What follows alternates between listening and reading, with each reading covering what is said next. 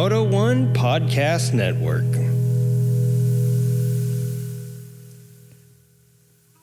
All right, everybody. It is me, the Junkmeister. We have returned. Tobor, are you down to do some of this? Hell yeah. I need to release some pent-up robot sexuality. All right. Well, we're going to get to it in this show. We're definitely going to be talking about pent-up robot sexuality. On this episode of Creative Writing, Motorcycle Pancake, y'all got me straight. See if this will do a wheelie. Views and opinions of the participants of the Creative Writing Motorcycle Podcast are those of the participants and do not reflect the policy, position, or opinions of the Creative Writing Moto One Podcast Network or any of their affiliates. Moto One made us say that, by the way. Enjoy the show.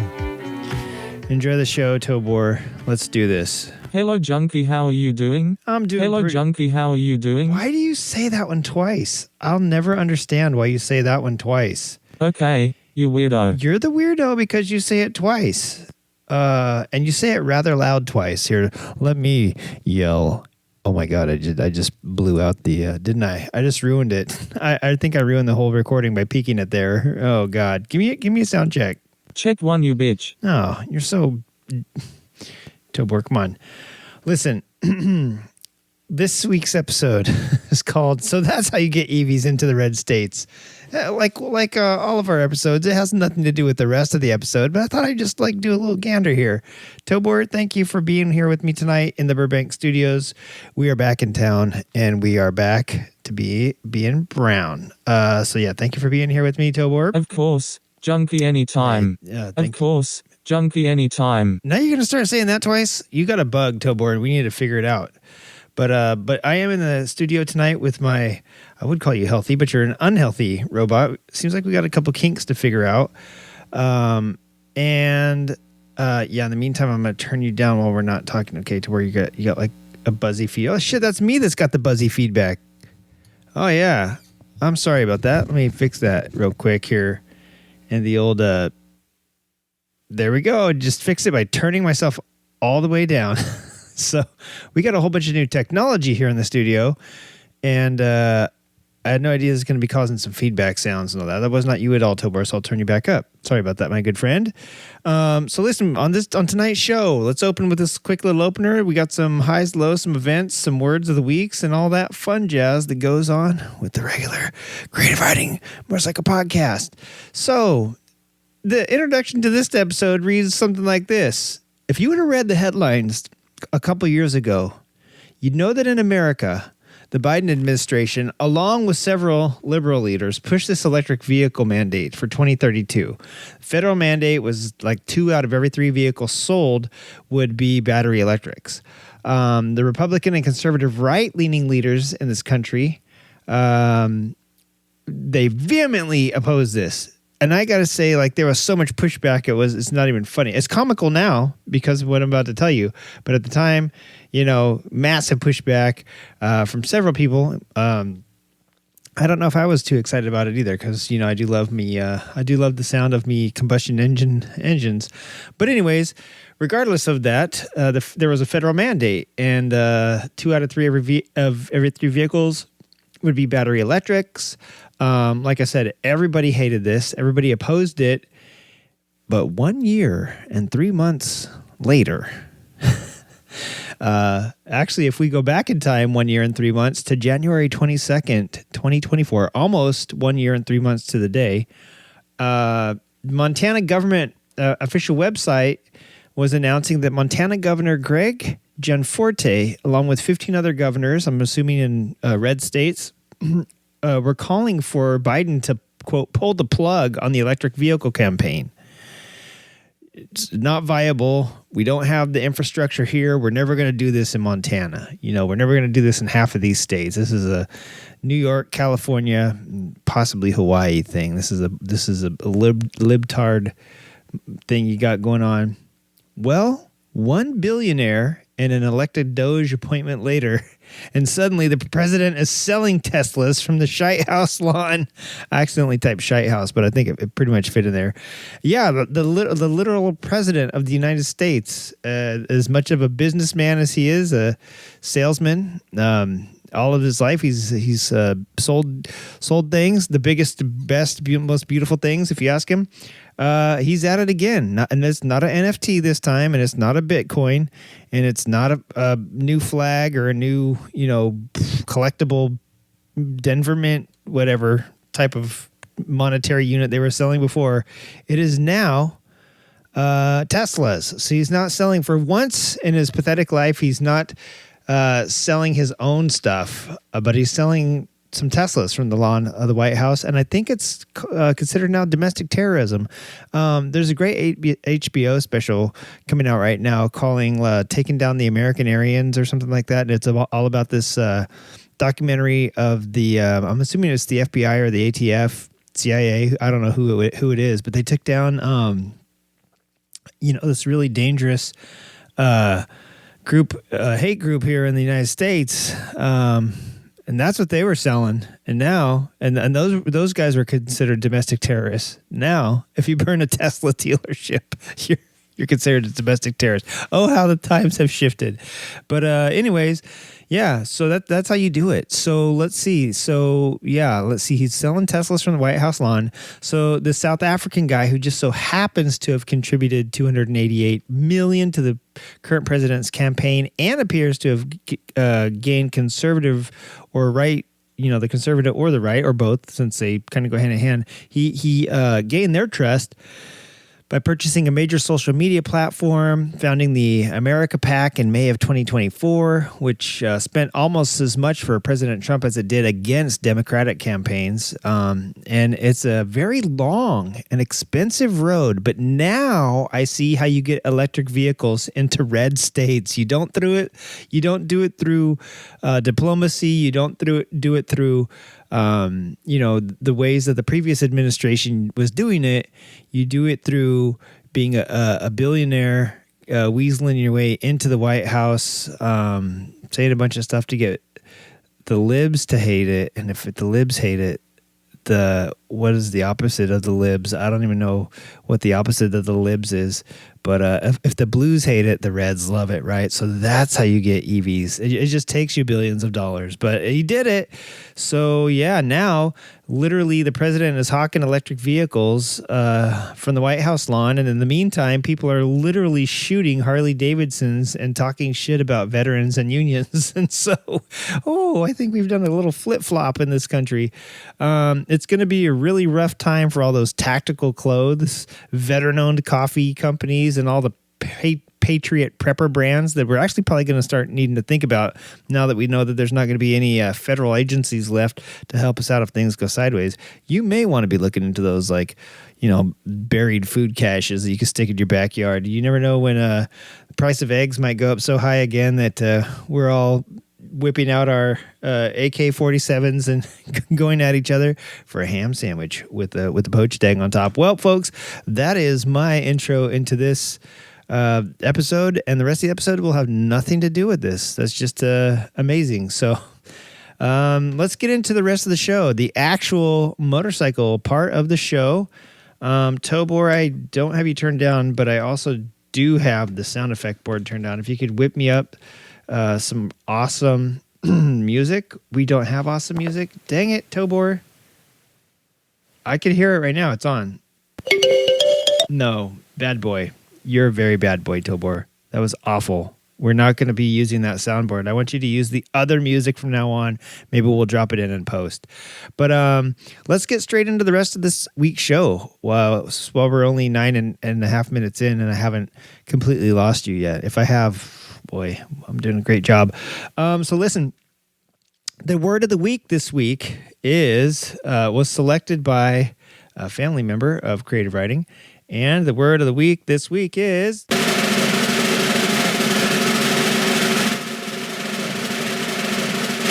mean the sound effect board is plugged into you and me at the same time? Where did I go? I can't even hear myself anymore.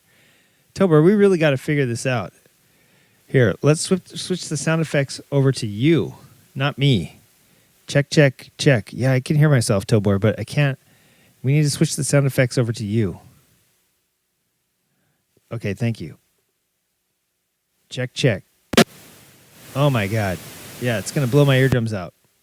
Let's turn the sound effect board down, Tobor. And there we go. Now I sound better too. I'm back up where I'm supposed to be. Let's turn the sound effect board down. There we go. Jesus Christ. Sorry about that, everybody. The word of the week this week is random. Yay. Oh, thank you, Tobor. The word of the week is random. And that word becomes effective right now when you hear Tobor's central processing unit explode. Now you know it's in effect. So hopefully I don't say that. That's going to be a really hard word for me to say because I blank word of the week say blank word of the weeks all the time. So yeah, let's get into highs and lows. That is a crucial segment here on our show every single week. What is this sound effect, Tobor? Oh, come on. That's a horrible one. Why do you have that one queued up? Tobor, I'm going to say my highs and lows. No, I am. Tobor, knock it off. Anyways, yeah, we're going to get into our highs and lows. My highs is, Tobor, how are you doing? Hello, Junkie. How are you doing? Hello, Junkie. How are you doing? I wanted to trick you. I'm doing fine. I just wanted to see if you were still going to say it twice. You are. So I don't know. We're going to have to fix that bug. So here's my highs. My highs, I'm hearing explosions all around. I don't know if that's a good thing or a bad thing. Are people celebrating or are we under attack? I am not sure, Tobor. Things, since I've got back into Los Angeles, have been pretty wackadoo lately. So yeah. And if we were at my house, I would say, oh, it's a speedway because I used to live by the speedway. Well, I still live in the same spot. There's no speedway there anymore. So if I was at my old, at my house, I'd say it's the old speedway.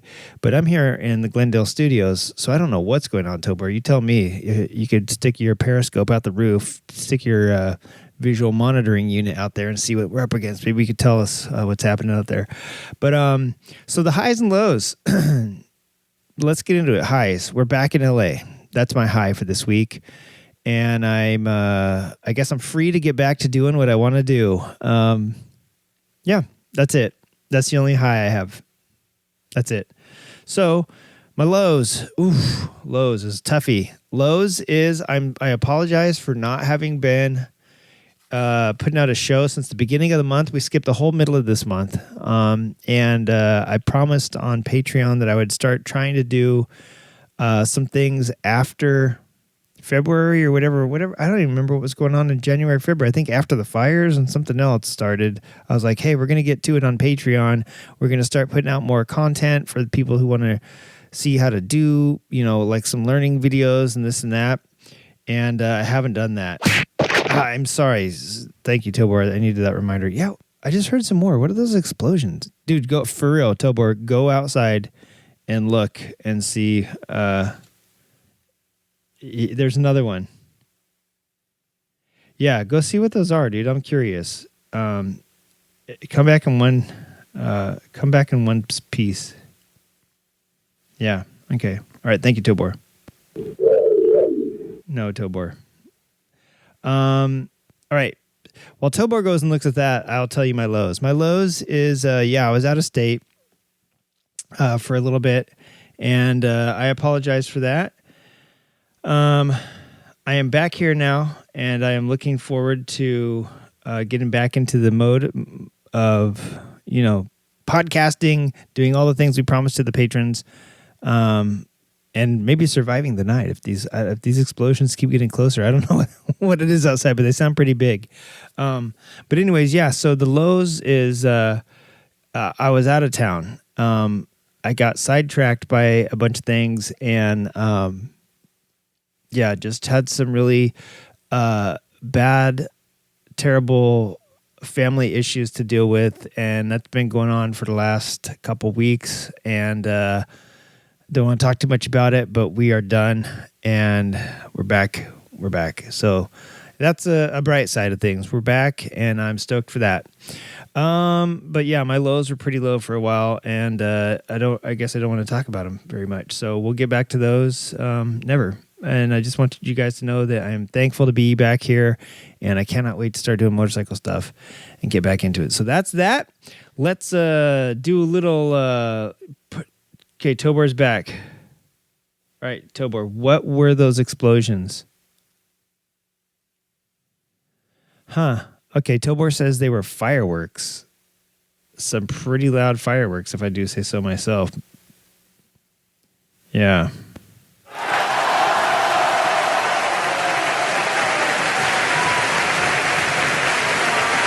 Why would the crowd be cheering for fireworks, Tobor?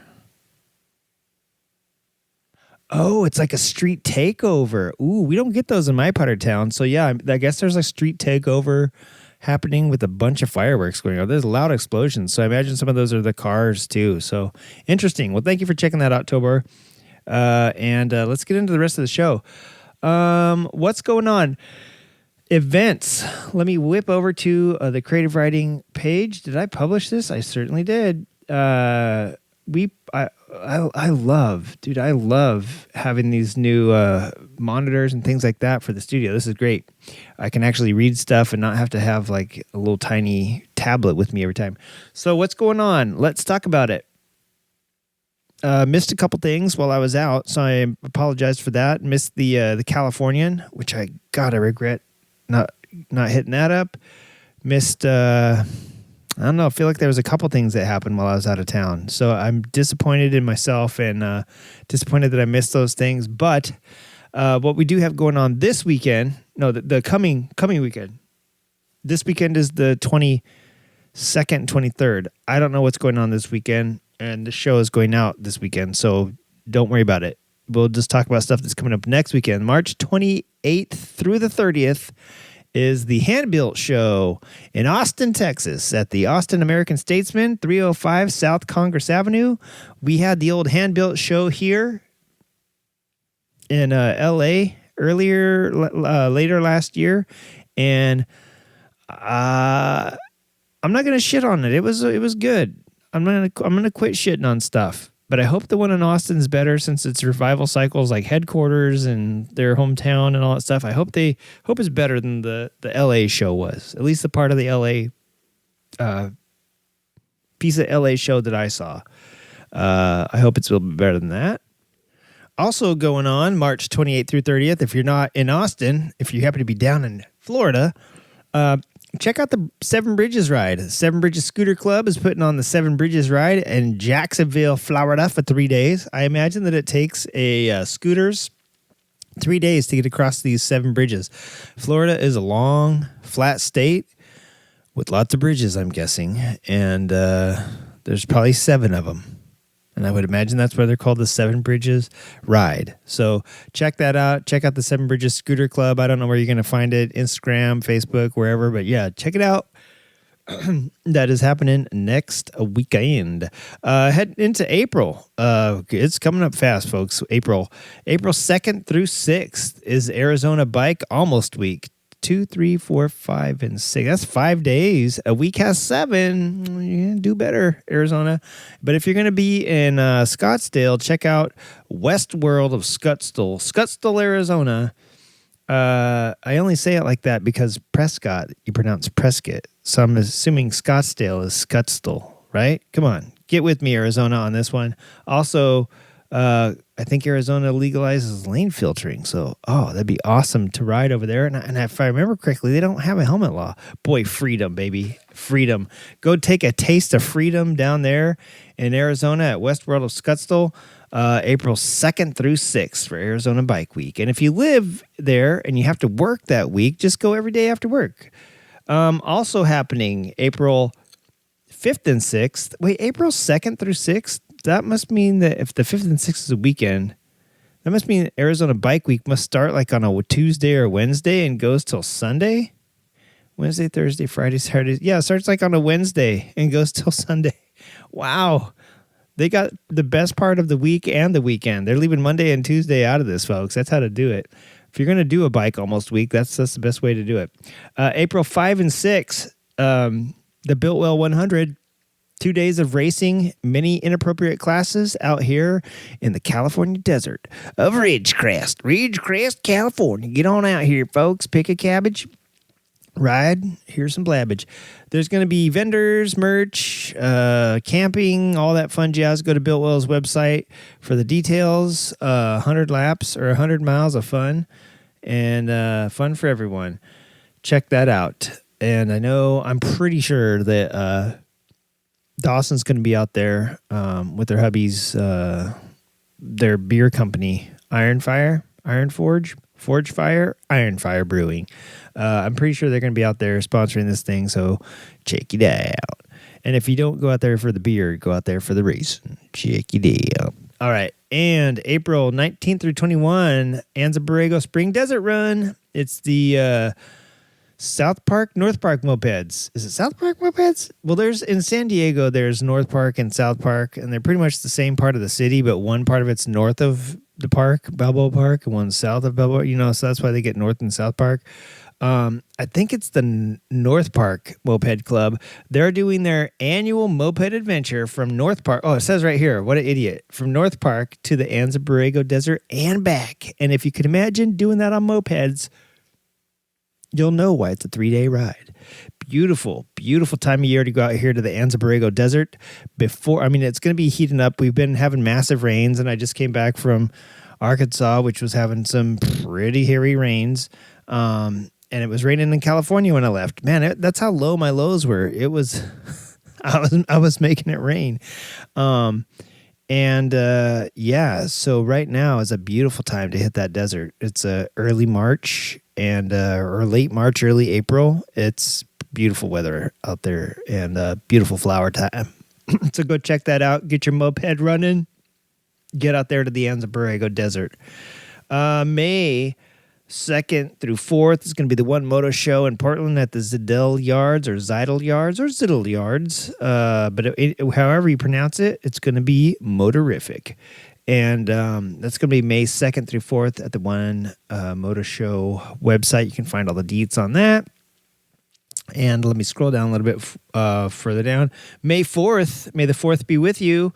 There's probably going to be some stupid scooter rally that everybody dressed up like stormtroopers and rides around on May 4th. I'm guessing. Bunch of Star Wars nerds that I have renounced since starting my paperwork for the UEOS scooter club. And on the May 4th, there's going to be the Reunion Car and Motorcycle Show at the Valley Relics Museum at 7900 Balboa Boulevard at Lake Balboa, California. Now listen, there's Balboa down in San Diego, which is where the park is that separates North Park and South Park. But up here, there's also Lake Balboa, and it's in Lake Balboa, California. So what do you know? We have so much in common with San Diego, except for we have way better Mexican food, even though they're closer to the border. All right, May 12th through 21st is Myrtle Beach Bike Week. On the Grand Strand in South Carolina, Myrtle Beach, South Carolina to be precise. And May 27th through the 31st is the Americade Touring Rally in St. George Village, New York. I'm guessing that's in the upstate area since I don't remember there being any lakes in... Wait, does it say lake? No, it just says St. George Village. Oh, never mind. I was thinking the Finger Lakes region, and there ain't no lakes that I can remember being on... Manhattan. But anyway, we're going to stop there. We won't go all the way into June because I don't want to be thinking about them temps in June. It's going to be like 400 degrees here. Let's get off of this and get back to the show notes page. And it's been 23 minutes. Should we take a break? Let's do let's looking creative this week, and then let's take a little break. Because I only have one bike this week. So let's do that, and we'll cap it at 6 minutes so that we get into the break right at a half hour. How's that? Y'all liking that one? All right. I thought you'd be liking that one. All right. Fade down that cheering. Thank you very much. Tobor is such an excellent sound man. Oh, thank you, Tobor. We're going to do a little break in a minute. Oh, thank you, Tobor. You did great. All right. Now, for real, cut the sound cheering. All right. So, yes, let's get into what's looking creative this week. For me, what was looking creative this week, I really had to go looking. And I figured since the hand-built show's coming up, I might do something from Revival Cycles. And I think it's something they have for sale. I do have the webpage up. So it's Revival's Ducati Odisio. And I hope I'm pronouncing that right. It's Italian, so it might be Odisio. And this bike started life as a 1999 ST4. And it now looks like a 1980s video game bike, something out of if Trials Frontier was made in the 80s. This thing has got more pink and green than a Cabbage Patch Kid, Garbage Pail Kid card. It's wrapped up in bubble wrap with a Swiss Swatch watch. That's what I'm trying to think of. I'm trying to think of all the pink and green and crazy 80s colors. I remember Swatch. I remember Garbage Pail Kids.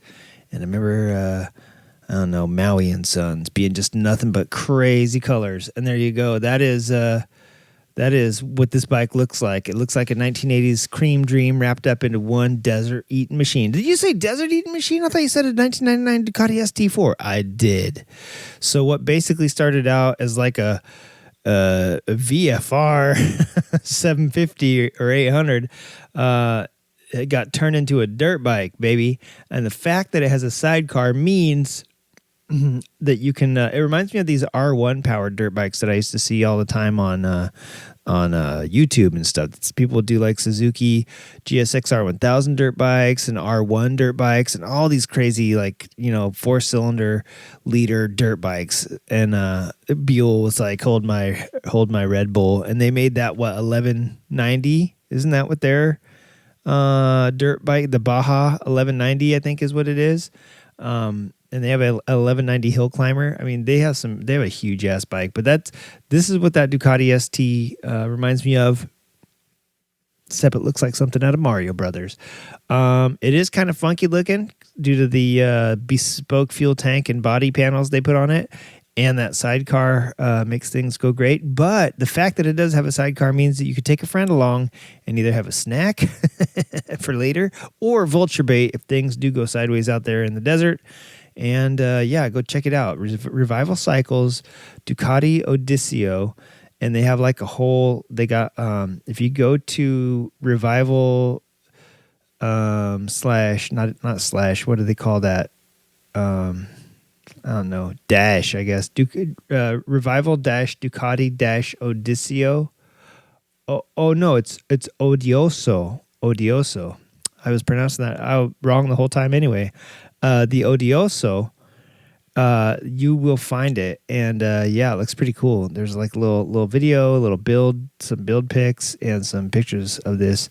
And apparently Odioso is Italian for obnoxious, which is probably what the Italians think of the way I pronounce that, Odisio. What an idiot. All right, everybody. Well, that's it. That's what's looking creative to me this week. A Ducati that's been turned into a dirt bike, but it's way better looking than Matt Spears' Goldwing or his Hayabusa. And it's got a really cool origin story behind it. All right. Well, let's take a quick break. And how do I get off of this stuff now? All these new monitors and toys to play with. Whew. Let's take a quick break and we'll be right back with some more creative writing. We'll get into, let me see what's coming up. Bike updates and the main topics. All right, cool. We'll be right back. Creative Writing, Poo Poo Podcast. All right, bye. Tired of hanging out in the garage with buddies and not knowing what they're talking about? Do you have inferior knowledge of carburetors or electrical systems? What about grilling beef, guns, or other manly things? Now RP Enterprises has you covered. Introducing Mantriloquist. Mantriloquist is a monthly subscription service that puts an expert right in your head. The next time you're in the garage throwing back some suds with your buds and the conversation takes a turn into uncharted waters, just text pound 33976 on your cell phone and wait for the magic to happen. The experts in our call center are available 24 hours a day. They spring into action via our patented two-way earpiece. They'll listen in on your conversations to make sure you don't sound like the village idiot in front of your friends. Our discreet communications protocol means that your pals won't hear a thing except for you delivering all the right answers. Now, you don't have to be afraid to join the conversation when topics come up like fuel pumps, inverters, clitoris, drywall, sniper rifles, and so much more. Mantriloquist will put you back in the game instead of holding your purse in the corner. So, man up with Mantriloquist. Requires a 3-month minimum subscription. Not available for women. They generally don't care or are not afraid to ask questions. Not available in Guam or Burkina Faso. Standard messaging and data rates apply. Money back guaranteed. Call now to order. Creative Riding is brought to you by Millman's Chocolate Chips. Millman's for long-distance truckers and motorcyclists on a long road trip. Millman's features enriched cocaine and skink pheromones. Millman's I Killed a Ninja. Millman's Chocolate Chips. All right, everybody, welcome back to Creative Riding Motorcycle Podcast. I'm here in the studios of Glendale with my best bud, Tobor. Why is he my best bud? Well, I'll tell you, he's not my best bud. He's the only guy that I could get to come down here.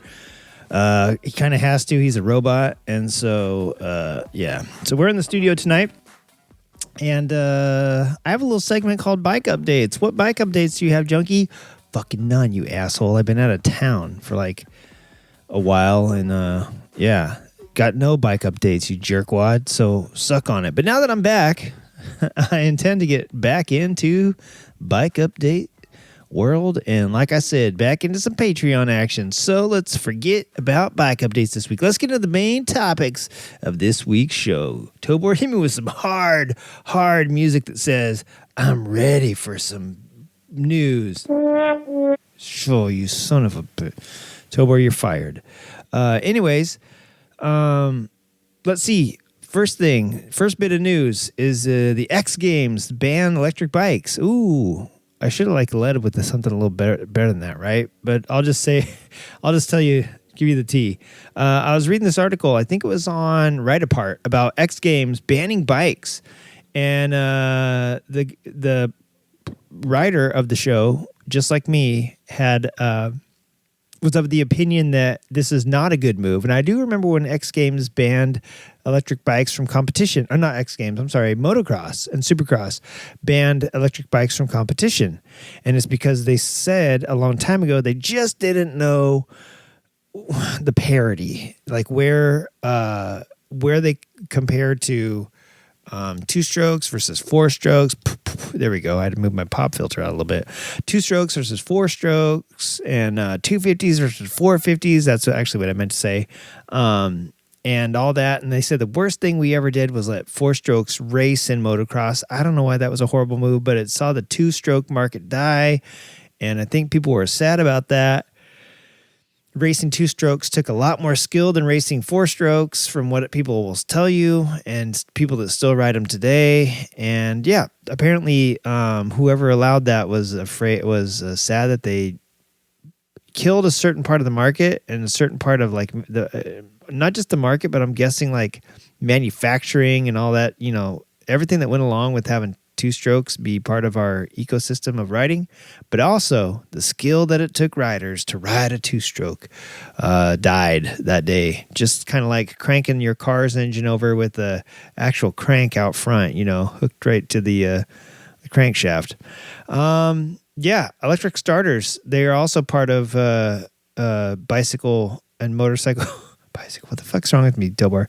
Part of motorcycle racing today, and I don't think people would ever seen that coming. But they are damn sure not going to let electric in. And the X Games, though, the X Games is competition stuff. The X Games, being in the X Games used to get you banned from being in racing back in the day.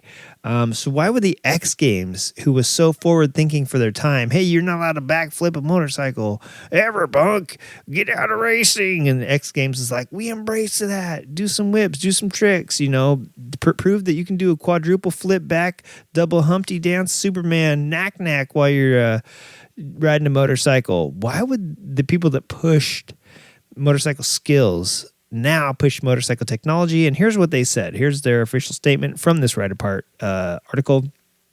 It says, at X Games, we are committed to preserving the core of action sports while continuously evaluating new technologies. So maybe they are for electric. Our current competition formats are designed around the performance and characteristics of traditional gas-powered bikes, which remain the global standard for elite competition. Oh, so maybe they're not for electrics. While we recognize the advancements in electric bike technology, our focus is on maintaining a level playing field and delivering the best experience for both our athletes and fans. We'll continue to monitor the evolution of the sport and assess how new innovations fit within X Games competitions. End quote. Well, I got some news for you, Johnny Blues. Yeah, you're basically assing out half the world. A lot of people on Stark Vargs. Apparently, you can jump these things and then give them gas and just do a backflip. You don't have to plan for it. You just jump, and if you're high enough, you just give it gas and it does a backflip. Like, that's how torquey these electric motors are. The whips people are doing on these things, the tricks people are doing on these things, and you never see them coming. There could be a whole bunch of ninjas riding these things, doing freestyle ninja cross. You'd never know because they're silent, just like a ninja. And Grandpa's fart after eating a whole bowl of Brussels sprouts. They're the silent killers. So, yeah, I don't know. So it seems a little bit stupid that they are... here you have the cutting edge of rider skill and ability, but they are not willing to embrace the cutting edge of technology when it comes to motorcycles. So I don't know. And I really don't care, either way. I like seeing people do tricks, and... as long as it's not on a fucking Can-Am Spider, I am cool with that. Yeah, I'm trike bashing right now, and I apologize for it. Or a Nikon. Huh? If you guys think I'm just bashing it because it's a Spider. I don't want to see a Nikon doing tricks either. No front flips on a Nikon, please. But yeah, I don't know why they wouldn't let electric in, especially given the fact that we have Harley-Davidson, we have Indian, we have Rock-On, and we have... Zero, basically, as America's last motorcycle companies at this time. And we can't forget Janus in there, too. And out of those ones, Rock-On is not going to make, or Rock-On, as some of you pronounce it, is not going to be making any freestyle bikes anytime soon. Harley-Davidson probably, there are people that do crazy stuff on Harleys, and we'll be talking about Harley in a little bit. But I don't see them doing freestyle motocross stuff anytime soon, nor Indian. And I sure as hell don't see Janus doing freestyle motorcycle stuff anytime soon. But I do see the new Zeros doing that sort of stuff, especially since they got these little bikes that are like little dirt bikes. And the Zero FX is, they basically already had Zero dirt bikes and off-road bikes. So yeah, I don't know, man. I think that it's dumb, especially with Stark and a lot of companies coming out that are electric. It seems kind of stupid to limit yourself just because it's geared toward traditional stuff. Guess what, my tubular dude? How are you going to know what's possible unless you push these new bikes to the limit? And how do you push these new bikes to the limit? You get people out there riding on them and competing on them. And then maybe you're like, oh my God, these are the best type of motorcycles in the world. I wouldn't know. I'm not saying that that's the truth, but I'm just saying that's how you figure it out. You try different stuff. So I don't know. So we'll see what happens then as they assess these new innovations. And maybe now that we got some Republicans controlling the entire government right now, we will see EV legislation pushed to an all new height. And just because it's similar to, now I'm not going to make that comparison, but I will say that just because one person says it, now you kind of have to do it because of the cult of personality going on right now. Everyone's going to have to. They're just going to have to do what he says, and they're going to have to let it in. The new babies. Why would I put that? It's bikes, you stupid. This autocorrect is so dumb. All right, let's get on to the next topic here. Give me some good music. God damn you, Tobor. You're pissing me off to no end. So we did what looks cool at the top of the show. Let's get into some what looks fool right now. I want to start talking about some new bikes in this episode and kind of continue it throughout the year. I just had to cough up a bone. That's weird. Tobar, are you supposed to? Can you Google real quick if humans are supposed to cough out internal body parts? Like bones and spleens. I think I just coughed out half a spleen and a bone. So anyways, what looks fool? this year. And so far for me, it's the new R12 from BMW, and not the R12 9T, the R12, which is their. I want to say it's kind of a cruiser if I'm going off memory. It has a rear fender that only a mother or an Indian Scout Classic could love. Yes, not even the S2 Mulholland looks this awkward. I think these are just random notes I wrote down before my trip, so I apologize if these aren't well thought out or if they're behind the times now that we are a couple weeks behind on podcasting. Maybe this is old news by now, but the R12 just has this crazy... awkward looking rear fender for BMW, who normally has all of their bikes planned out, all the lines match up. The aesthetic hits every single point that it should. And everything always looks, well thought out and planned out. You know how BMWs are. The R12 just has this real dumb rear fender. And I'm thinking of the Scout Classic as the same.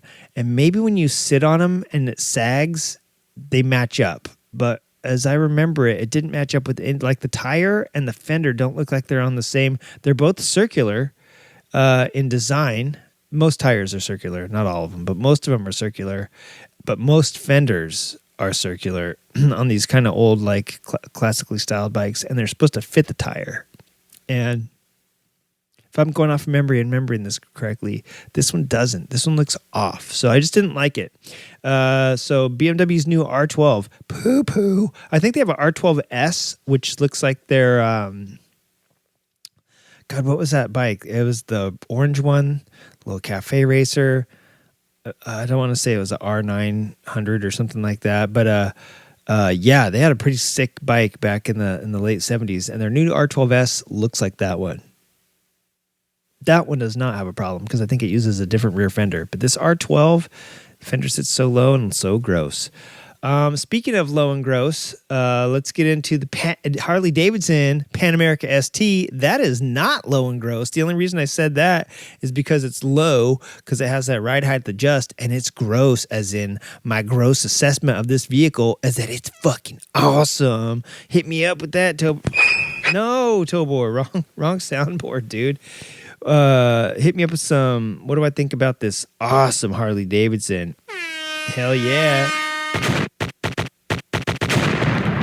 42 explosions in a row. Yeah, and a hair pluck. Yeah, dude, I think that this new, the ST, fuck, these STs are so great. The El Diablo, you may have remembered, was the very first ST, I believe, and it was the Lowrider ST, which I think stands for street trampling. These are like the sport touring bikes on the Pan America ST. If you don't know, Pan Americas are what Harley-Davidson is dominating with at the hooligan races. They take that stupid mud shark fairing off the front and strip these bikes naked, and they haul some serious ass. And they're racing around against like the KTM, like 1290s, and it's like the KTMs are naked as well, right? The Dukes. And yeah, these Harleys kick some fucking ass. And so yeah, I'm glad to see that the Pan America ST came out. The Pan America, famously, outselling the BMW GS for like a year. Who knew it was going to be so successful and so off-road oriented? This new ST, on the other hand, is still an adventure bike, because an adventure is where you go to get away from the norm, right? So this new ST is just like street touring or sport touring. It's got 17-inch wheels. It's got a really nice, they made the graphics a little bit different from the Pan America to differentiate it. So this has like a really cool scalloped like street feel to it. Got a different windscreen, and the handlebars and all that stuff looks a little different. I mean, basically it's the same, except for that it has 17-inch wheels, indicating that the HD street performance just might be back for good. This is basically the Bronx that we never got, but in the form that we didn't know we needed. So this is better than the Bronx. It's a 1250. This is the Bronx basically that we wanted. They got the rear set. I think I forget if the foot pegs on this are even more rear set than the regular Pan America, but yeah, it's got all the goodies. I mean, everything that they've been pouring into these new models, they put into this thing and just gave it some tire size that you can get some sporty tires for. So yeah, this is basically the Bronx that we never got. And they're saying this is how you get the Bronx. You take this, take the fairing off if you want, but or leave it on if you want. And this is the Bronx basically. Also, Harley-Davidson coming out with some new, what they come out with, like the Road Glide Ultra, or no, the Street Glide Ultra. I forget exactly what they came out with recently, but I think they got a couple new like Street Glides and stuff. Basically what's missing now is the I don't think there has been for like a year or two a electric glide. I mean, you can call the Ultra Limited the electric glide because for a long time, and if you still look at the number designation, it is still the same as the electric glide Ultra Limited. But I mean, let's face it, they haven't called it the electric glide for a long time. But I was noticing something, and tell me if this rings true with you too. On all these new Harleys, Street Glide fairings, good. No. Road Glide fairings, good. Street Glide fairings, bad. I have it 100% backwards in my notes. I need to change that before I publish these. But the Street Glides, they have like the traditional Batwing fairings, and it looks fine if you just have a Street Glide and you have a Street Glide that kind of looks like the cop bikes, you know. Those look fine. But when you start putting bags and make ultras and stuff out of them, they look ridiculous, dude. They look. Oh my God, I just puked out another spleen. That was crazy. How many spleens, Tober, can you Google how many spleens people have? All right, thank you. I don't know what's going on with my my guts right now, but that did not feel good. Anyways, yeah, the new, if you look at the Street Glides, they look okay, but only if you have a Street Glide and if you have a cop bike. So let me fix my notes right here. Bad. Street Glide, bad. Road Glide, good. So why did the Road Glide look good? And I have my theories about this. I have. If you look at any of the touring bikes on Harley's new thing, they don't have them broken out by Softail, Sportster, Dyna like they used to. They have it by class. So they have it the Sport class, the Adventure class, the Grand American Touring class. I believe has like a couple Softails because I think it's got the Heritage and the Freeway High King or Highway Free King in there. Or the Freaking Highway. Those are all in there, along with the FLH and the FLT models.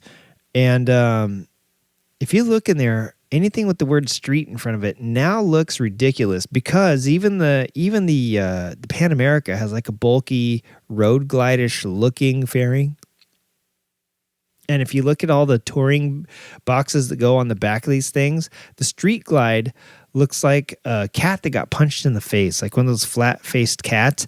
It's got all this junk in the trunk, all these bags, the big massive body, and then you get to the front fairing, and it just looks like it's missing something now when you start looking at every other Harley-Davidson motorcycle. So tell me what you think. Am I completely off base with these design cues? Do the Road Glide fairings and anything with that big bulky front fairing, aka, or not aka, but all of the Pan America, which has it too, do those just look cool now? And anything with the flat fairing anymore just looks stupid. I'm starting to feel that way. So that's that, and that's all I'm going to talk about Harley-Davidson. Hit me up with some better music, Tobor. Oh my God, you are so fired. Let's get on to the mini bike life. This is a bummer of a topic for me personally because what I hoped was just a little spate of bad press and bad behavior has turned into the norm for our mini bike friends. Yes, since last year's complete flogging of TV's Ian Ziering by Mini Bike Club, we know they were having ride-outs. We know they were doing ride-outs. We know cops really aren't going to chase a bunch of mini bikes. Or are they? That's right. Mini bikes have begun to become a problem in the greater Los Angeles area. They are no longer really confined to the valleys and, little cities. Like there's a bunch of mini bikes that ride around my part of town. There's about 6 police in my town, so they're never going to catch them unless they ride right in front of a cop on accident. But downtown they are. So we've seen mini bikes. I'm sure it's made it all over there because it's all over the news and it was on Reddit, and it's probably been in your town too, even if you're not in Southern California. But there were some mini bikes riding through like Beverly Hills or something, and they smashed into the side of this Range Rover because they ran a red light. And not only that, but there's a Suron or something in downtown San Diego also running through the red light, smashed into a car, got hit by a car. The problem is all these idiots running red lights. And I say idiots because I ride and I ride in motorcycle groups a lot and ride solo a lot and do a lot of stuff. And I'm not saying it's not fun to be on a two-wheeled vehicle sometimes, but bro, you're running red lights in like super urban areas. Unless I had blockers or something or unless I was in a big group together, I would not be doing that. And that's what all these people are doing. They're just running red lights. Did you forget that we are living in a world with other people that when the light is green, they go through them? I don't know, but I've seen on the news mini bikers crashing into cars, and it's not just one. It's been like 3, which kind of sucks. Also, some mini bikers killed a guy on a Harley a couple weeks ago. This is before I left for back east, so it had to be earlier this month. Yeah, they literally killed a dude on a Harley, and he crashed, I think, trying to avoid them or collided with one of them and flew off and died. So I'm just sad. And then I'm not going to mention any club names or anything like that, but there was a club who lost a member recently. I'm not 100% sure how that went down, but I always feel for them. You know, anytime you lose somebody young that's getting into the two-wheel lifestyle that we love, it sucks. Yeah, they can be old too, but when they're young, I mean, that's like the next gen coming up, right? And they're usually more beloved because they're still cute. It's like a puppy. You know, we love all dogs. They all go to heaven according to some movies.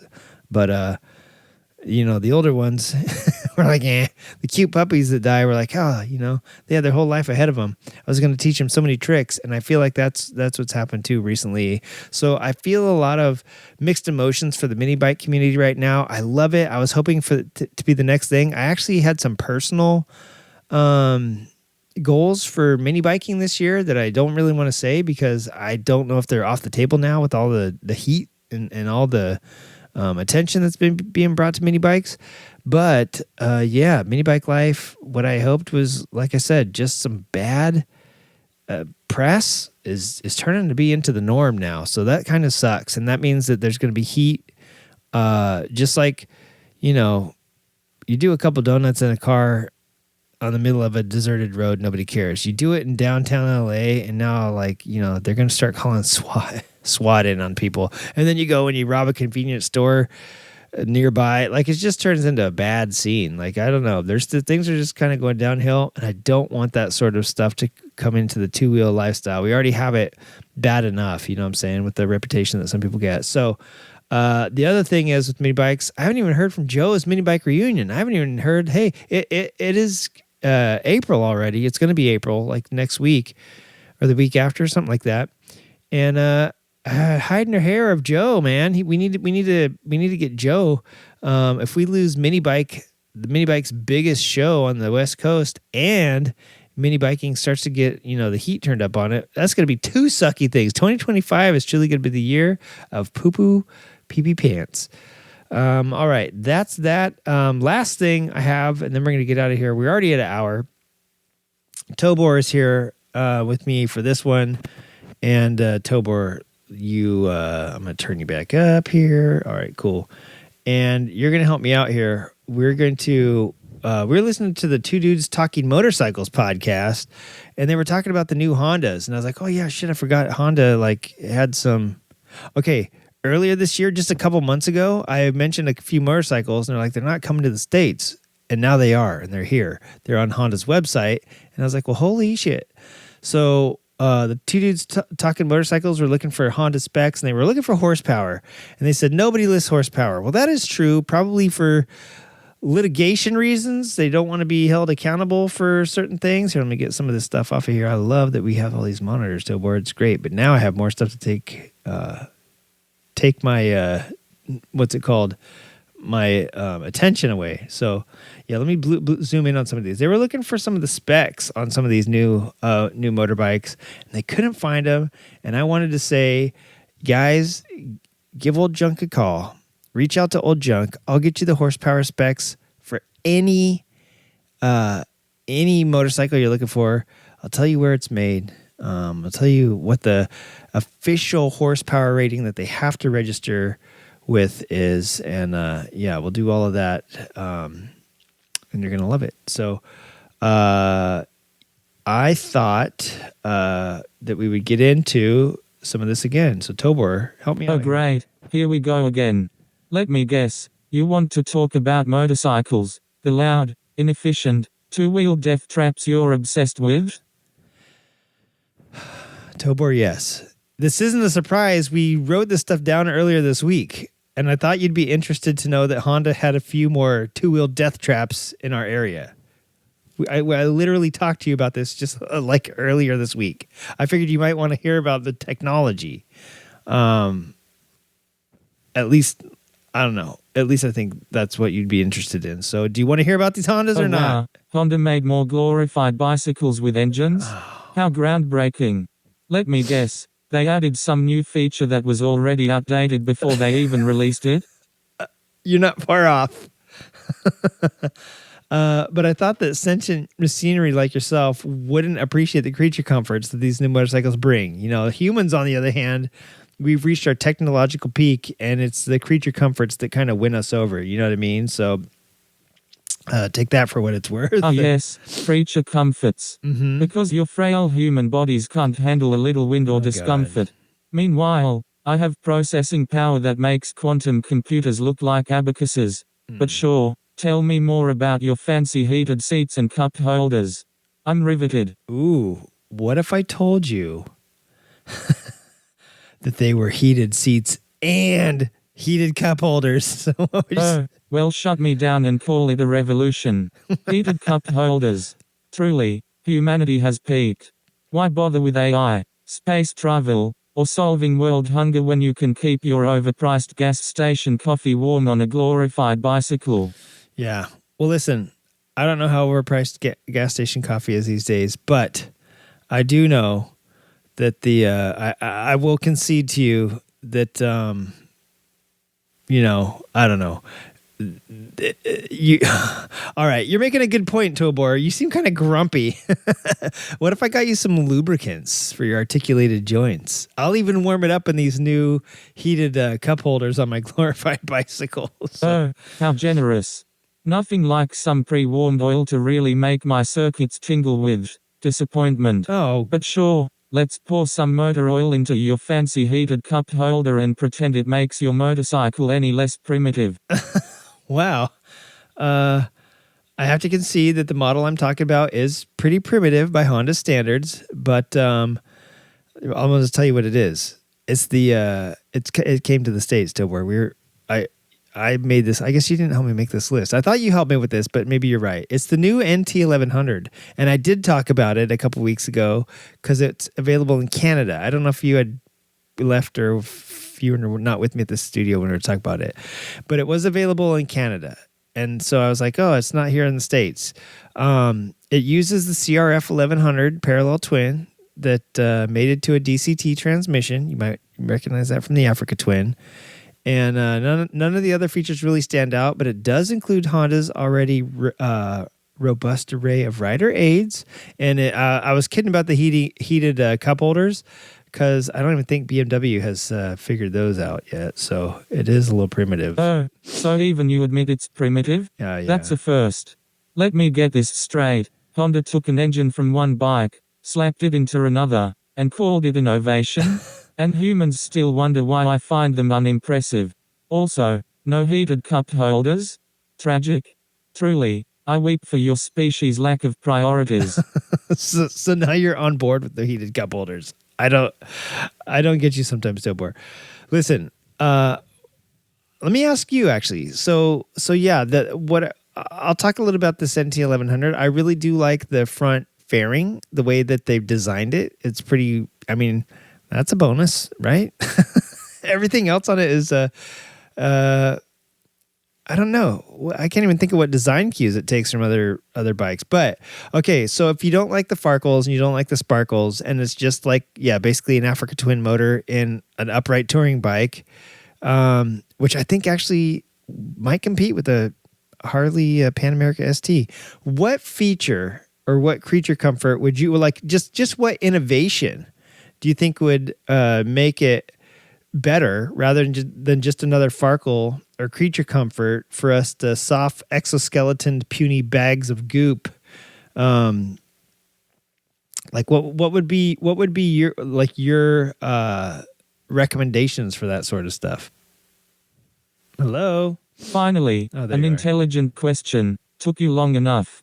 If I had to upgrade your rolling disappointment, I'd start with a proper AI-assisted riding system that actually predicts and adjusts for road conditions in real time, not just those rider aids you humans brag about. Something that actively prevents you from making your usual terrible decisions on the road. Fuck you, dude. And since you insist on riding these things, why not a self-balancing mechanism that actually works at all speeds?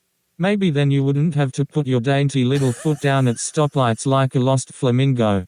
But let me guess, you'd rather have Bluetooth speakers and cup holders instead? Bro, you almost made me gargle out another spleen on that one.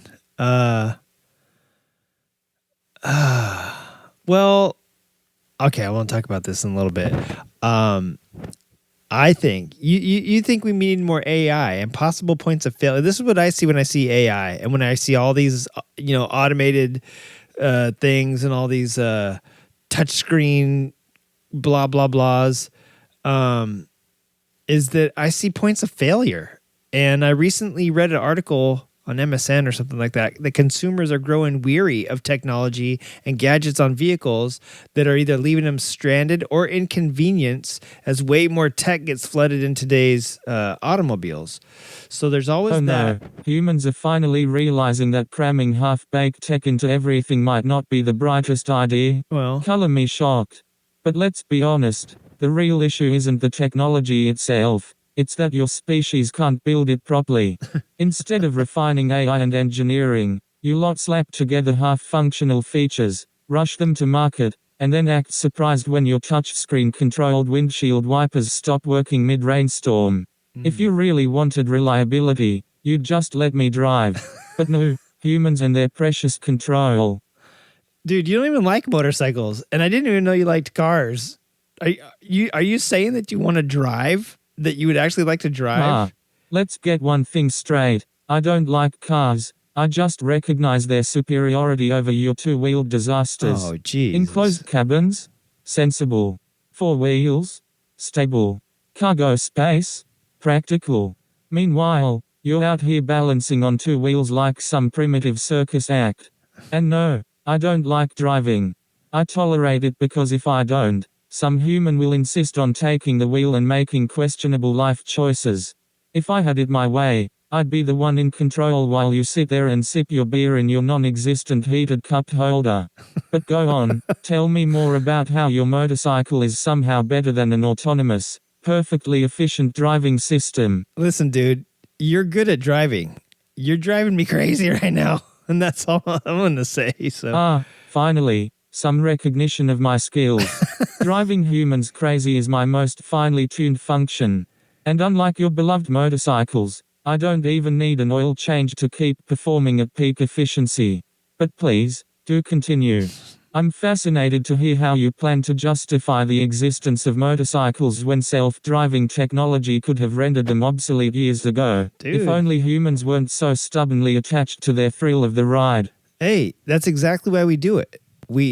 To get out of this cage, to get away from all this technology, and they will always be my favorite escape from the mundane. And sure, I don't have a climate-controlled cabin, but that's okay because I actually like to experience the climate, the actual climate, like in my actual face, hitting my helmet at 65 miles an hour. I get to smell the smells. Like they're granted, when you're riding past a dairy, it's not great. But when you're riding past like a field of jasmine or artichokes or something, it's fucking amazing. And then also, I get to hear the world. I don't have to worry about you exacting revenge on me for that one time I let your expansion slot touch the microwave generator. I mean, I can see the headline now. Robot drives stooge into freezing river over minor miscalculation or something like that. Please. First of all, that minor miscalculation nearly fried my data bus. But sure, let's all just Sorry. laugh about it.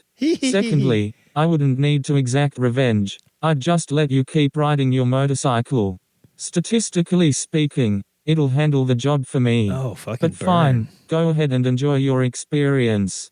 Feel the wind, smell the roadkill, listen to the honking of impatient drivers stuck behind you. Meanwhile, I'll be sitting here, smug in the knowledge that I don't have to deal with helmet hair, rain-soaked clothes, or bugs splattering on my senses. Tell me, does your glorious freedom include frostbite, or is that just a bonus feature? Well, dude, since we live here in California, I don't even know what that word means, but why don't you just help me with the fucking horsepower specs on this list of Hondas, and we'll call it a day. All right, old chum? Oh, shit, you almost blew my eardrums out. So now I'm your old chum? Yes, you How are. quaint. Yes. Fine, I'll humor you. Send over your precious list of Honda lawnmower engines, and I'll crunch the numbers. But don't expect me to be impressed. If it doesn't have at least 4 digits in the horsepower column, it's basically a glorified hairdryer. Go ahead and upload your list, and I'll take a look. But just know, I reserve the right to mock anything underwhelming. All right. Well, I got the list right here, and I'll be reading it. I'm actually going to turn it. Well, you run the board. I'm going to turn you down a little bit here. You run the sound effect board, and I will worry about getting this fucking list of Hondas ready. What happened to the sound effect board? Yeah, okay. No, I've already turned you down. All right. I want you to do the drum roll for when I do this list of Hondas.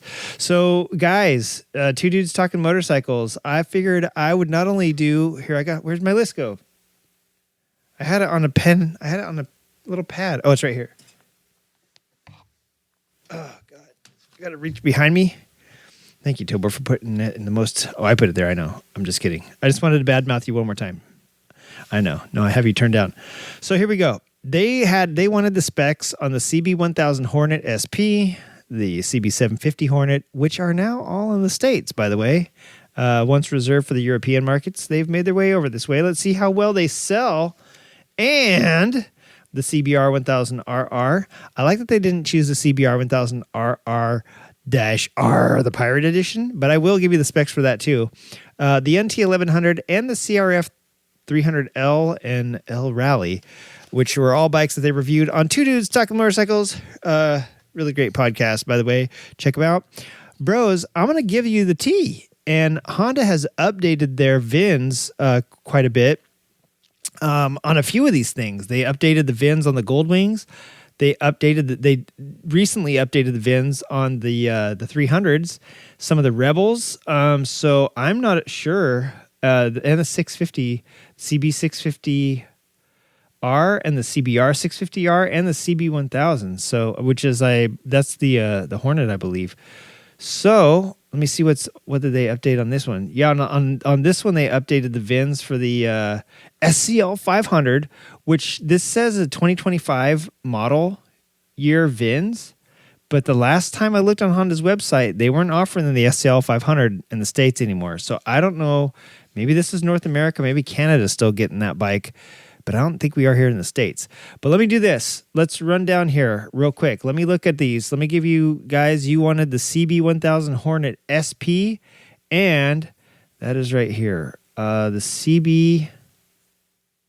That's a CBR on that one. Let me see the CB1000 Hornet. The CB1000 Hornet is a sport. It is vehicle code SCB61. I'm not going to give you the VIN or engine code because you guys didn't want that, but the displacement is 1,000 cc's. The cylinders is 4, and the net horsepower is 129. It's made in the Kumamoto factory in Kikuchi, Japan. And there you go, guys. That is the CB1000 Hornet SP. Now, these are the horsepowers that they have to register with the National Highway Traffic Safety Administration. So take that with that what you will. Take it with a grain of salt. However you're going to take it. I'm just telling you what these numbers are, what they register them are. as we know, I should have started off with this. And Tobor, maybe you and I should have talked about this a little further on our little rant there. Horsepower is sort of a magic number because it is what? It's the torque times RPM divided by 5252. So if you just take the RPM up a little higher, or you can make a little more torque, it's the magical number there. And so a lot of these Harleys, like these big old like 2000, 2100 cc Harleys, when you do those calculations, they only make like 89 horsepower or 101 horsepower. And you're like, holy shit, these things are 2 liters. And here you have a CB1000 making 129 horsepower. And like the Pan America 1250, I think that thing makes 150 horsepower, right? And they detune it in the Sportster to make 120 horsepower. And it's the same motor, they just tune it differently to get different RPMs. So RPM times torque divided by 5252, I believe, is how you get the horsepower rating. So horsepower is sort of a made-up number. So this is what they give to the National Highway Traffic Safety Administration. So this could be totally bullshit, but the official number for the CB 1000 Hornet SP is 129 horsepower. Let's drop down to the CB750 Hornet. Where did they put the CB750?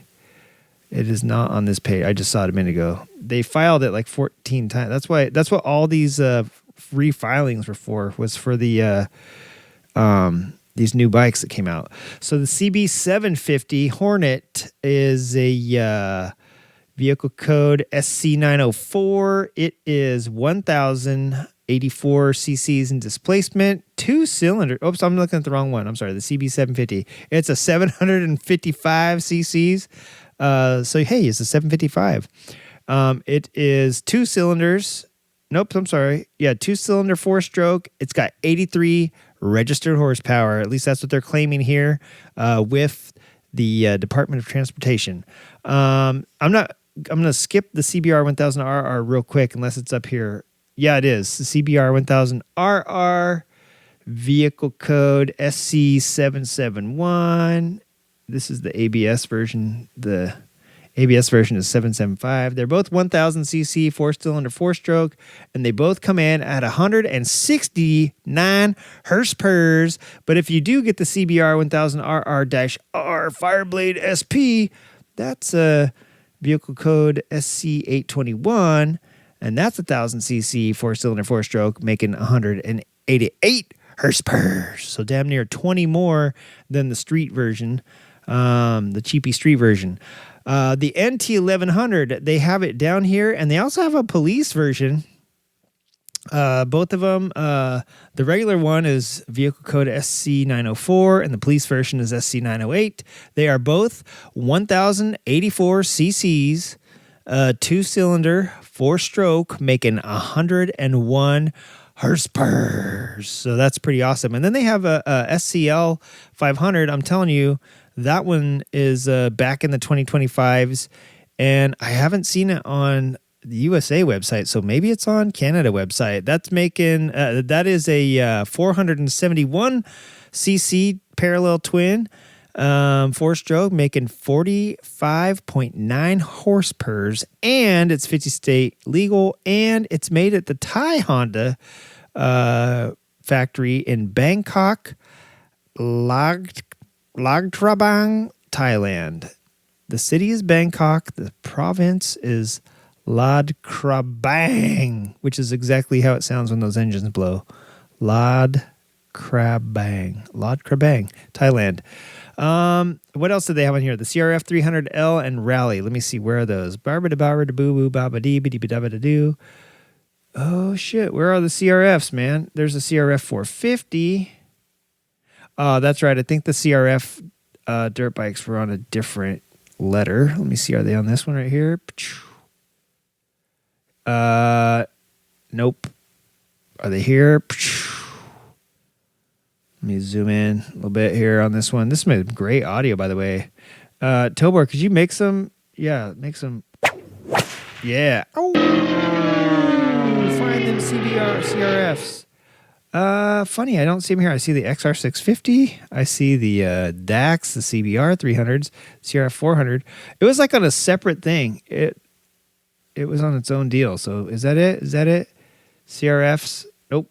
I'm gonna pause real quick and go find these instead of torturing you with my sitting here doing this in live time like an idiot. I'll be right back. Well, Tobor, I can't find it. I'm bummed. Oh, I'm sorry. I have you turned down still. I'm so sad that you removed my self-destruct program. I'm so sorry, bro. Sorry. I can't find it. I'm going to look through this list a little bit more. But I'm not going to do it right now. In the meantime, guys from Two Dudes, that's going to do it for this show. But let's finish it out, man. Let's, Tobor, I'm going to turn you back down. You know what, Tobor? That whole time we forgot the sound effects. Let's do this. I'll give you the Goldwing. Man, the Goldwing, by the way, of all the Hondas not to talk about in this episode, why not? The Goldwing is coming in a glorious 50th anniversary colors this year. What is the Goldwing rated at? The Goldwing, they're all the same. So I'm not going to run through the old packages and stuff, but the Goldwing Tour and the Goldwing regular, one has the box and one just has saddlebags. They are all 1,833 cc's. They have 6 cylinders, 4 strokes, and they're all rated at 100. Oh yeah, they're all rated at, do it, Tobor, 126 cc's. Now let's go to the XR150L. That's a dual sport. That one's actually made in fucking Mexico, in El Salto in Jalisco, and that one is 12.5 horse pers. And if you go to the Trail 125, that thing's made in Thailand, in Bangkok, at the Lad Krabang factory, and that thing has 8.9 horse pers, which is slightly more than the Navi, which is made in Honda at the El Salto plant in Jalisco, which makes 7.9 horsepowers. And then you got the XR650L. There's 2 of them. Why are there 2 listed? Oh, they did a little VIN change? Wait a minute. I don't know why there's 2 different ones. They're yeah, the California emission one. They're both single cylinder, 4 strokes, making 39 horsepower. See, one's 49 state and one's 50 state. That's the difference. Same with the Navi. The Navi has a bunch of there's 4 of them listed. What the difference is I don't know what the difference is. They're all made in Mexico. They're all 49 state. They're all 1, 2, 3. Yeah, interesting. They just have different vehicle codes on them. So for what that's worth, anybody out there own an Africa Twin still and want to know what an Africa Twin is? Well, the Africa Twin regular vehicle is a 1084, which is the same as the old NT1100s, as we found out. And they're rated at 99 horsepowers out of those parallel twins. What did we say the 1100s are rated at? Those are rated at like 120 or no, 101, right? Let me get to this list here. Oh, wait, here's the Navi. Oh, that's why they had to update to the previous VIN. That's why there's so many listed. I got you. I see. They updated those. So, yeah, what the NT1100, let me get back down here. Those are rated at 101 horsepower, and the regular Africa Twin is only I got too many tabs open. They're starting to refresh on me.